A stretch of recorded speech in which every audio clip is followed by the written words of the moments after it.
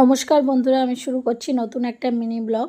তো এখন বাজে 2টো মতো দুপুরের খাওয়া দাওয়া করতে বসেছি। আজকে বৃহস্পতিবার, তার জন্য বানিয়েছি আমের চাটনি, পাঁপড় ভাজা আর বিউলি কলাইয়ের ডাল আর আলু পোস্ত, আর সঙ্গে একটু কুমড়ো ভাতে দিয়েছি, আমার পছন্দ। তো খাওয়া দাওয়া করে মেশিনে সেলাই করতে বসে গেছিলাম। আমার ছেলে আজকে দুপুরে একটুখানি ঘুমিয়েছে, দিয়ে ঘুম থেকে উঠে আমাকে বিরক্ত করতে চলে গেছে। আর জ্বর এসেছিলো একটু, ওই জন্য চোখগুলো কেমন ভেতর দিকে ঢুকে গেছে। তো ও আমার কাছে এসে বায়না করছে আমাকে সিমুইয়ের পায়েস বানিয়ে দাও। তো আমি এখন কাজ ছেড়ে উঠতেও ইচ্ছা করছে না, আবার ও বলছে, দিয়ে উঠেই পড়লাম।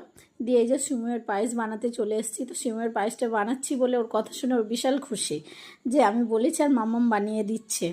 তো এই যে আমি ভাজা সিমুইটা মানে ওকেই আনা করালাম দোকান থেকে, ভাজা সিমুই আনিয়েছি যাতে করতে তাড়াতাড়ি হয়ে যায়। দুধটা ফুটিয়ে নিয়েছি, দিয়ে ওই দুধের মধ্যে দিয়ে চাপা দিয়ে রেখে দেবো, তাহলে ওটা হয়ে যাবে আর কি। এটাতে আর ভাজতে টাজতে কোনো ঝামেলা নেই। তো আমি এরপর চাপাটা দিয়ে এটাকে রেখে দেবো, দিয়ে কিছুক্ষণ পরে এই যে হয়ে গেছে। এরপর আমি আমার ছেলেকে সিমুইয়ের পায়েসটা দেবো। তো ছেলেটার শরীরটা ভালো নেই আজ 2 দিন ধরে, মানে একটু জ্বর আসছে আর ঠান্ডা লেগেছে, কাশি হচ্ছে।